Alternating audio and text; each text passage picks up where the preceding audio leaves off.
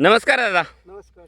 मला तुमचं पूर्ण नाव, गाव, तालुका आणि जिल्हा सांगा. अतुल अरविंद कुलकर्णी, हां. कंपोस्ट डिंगोरे, तालुका जुन्नर, जिल्हा पुणे. हां, तर दादा आज आपण आपल्या या कांद्याच्या प्लॉटमध्ये आलोय बरोबर. हो. तर मला सांगा दादा, हा जो कांद्याचा प्लॉट आहे हा साधारणतः दादा कांदा किती दिवसाचा प्लॉट झालेला आहे दादा? 2 महिन्याचं. हां, म्हणजे आता 2.25 महिन्याचा प्लॉट कंप्लीट झाला आहे बरोबर. हं. तर कांदा या पिकासाठी तुम्ही यावर्षी थोडासा बदल करून आपली जी ऑर्गॅनिक कार्बनयुक्त दाणेदार खतं आहेत त्याच्यामध्ये कांदा special, Godavari, silicon, PDM, potash, PROM आणि कृषी मॅक्स हे तुम्ही काय केलेले आहे, ज्या पिरियडला आपण कांद्याला पहिल्यांदा आंबवणीला जे पाणी देतो त्या पिरियडला तुम्ही ती खतं खाली टाकलेली बरोबर.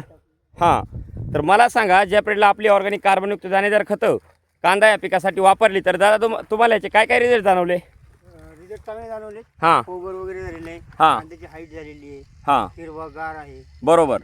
आता जर प्रत्यक्षात पाहिलं ना दादा तर आहे ना, आता 2 महिन्याच्या पुढं कांदा झालेला आहे, म्हणजे 2.25 महिन्याचा कांदा झाला आहे बरोबर. आता तुमच्या आता जर प्रत्यक्षात जर पाहिलं तर कांद्याची आता साईज व्हायला सुरुवात झालेली बरोबर. आणि कांद्याला जर पांढरी मुळी म्हणलं तर भरपूर प्रमाणात अशी पांढरी मुळी पण आहे. हो हो आहे. हां, म्हणजे साधारणतः तुम्ही किती वर्षापासून आपली जी ऑर्गॅनिक कार्बनयुक्त दाणेदार खतं वापरताय? 3 ते 4 वर्षापासून.